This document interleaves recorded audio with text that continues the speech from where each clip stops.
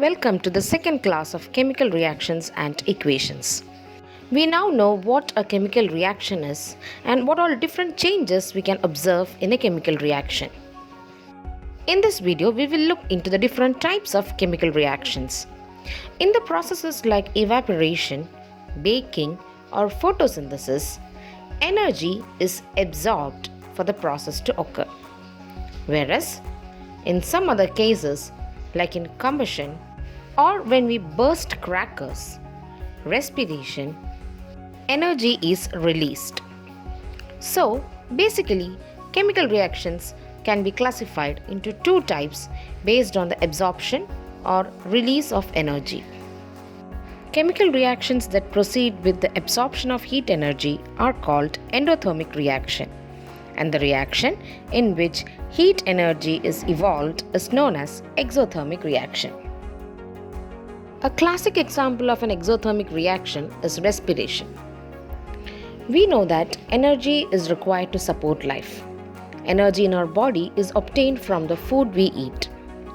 During digestion, large molecules of food are broken down into simpler substances such as glucose. Glucose combines with the oxygen in the cells and releases energy, usually in the form of heat. Just exhale the air into your palms through your mouth and you can feel the warmth in the air that comes out. This shows that respiration is an exothermic process. Since there are numerous chemical reactions around us, studying these reactions just by classifying them into endothermic and exothermic is not sufficient. Hence, we have 6 broad categories of chemical reactions depending on the way the product is formed. They are combination, decomposition, displacement, double displacement, and redox reactions. Redox reaction is a combination of oxidation and reduction reaction. Combination reaction. As the name suggests, combination reactions are those reactions in which 2 or more reactants combine to form a new substance with new properties. For example, if A and B are 2 reactants, they combine to form a product AB which has entirely new properties. These reactions are also known as synthesis because here new substances are synthesized. A combination reaction can take place between an element and an element to form a compound, just like the formation of carbon dioxide, or between an element and a compound to again form a compound, like in the formation of nitrogen dioxide. Combination reactions can also occur between a compound and a compound, just like in the formation of slaked lime. Most of the combustion reactions are also combination reactions because when an object burns, it combines with oxygen to form its oxide. An important example of a combination reaction is the reaction of quicklime with water to form slaked lime. The chemical name of quicklime is calcium oxide. When calcium oxide is added to water, it reacts vigorously to form solution of calcium hydroxide. This reaction is highly exothermic. Huge amount of heat is released in this reaction which makes the water to boil. So let us look into the chemical equation of this reaction. The reactants are calcium oxide and water. The product formed here is calcium hydroxide. It is also known as slaked lime.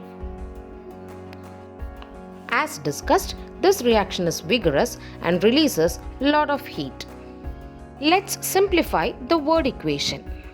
The equation for the reaction is CaO plus H2O gives CaOH twice. The solution of slaked lime produced through this reaction is used for whitewashing the walls. Here, calcium hydroxide slowly reacts with the carbon dioxide present in the atmosphere and form a thin layer of calcium carbonate on the walls. This gives a shiny white finish to the walls, and that is why this process is known as whitewashing the walls. The equation for the reaction is as follows. Calcium hydroxide plus carbon dioxide gives calcium carbonate plus water. The simplified chemical equation is CaOH twice plus CO2 gives CaCO3 plus H2O. This reaction can also be used as a reaction to test the presence of carbon dioxide in laboratories. When carbon dioxide is blown through lime water or slaked lime solution, the solution turns milky white in color due to the formation of calcium carbonate.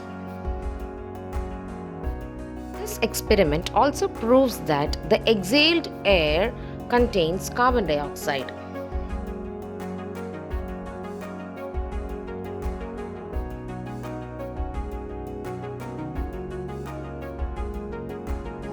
Hope the combination reactions are clear to you. We'll discuss the next type of reaction in the coming videos. If you like the video, please subscribe the channel for more videos.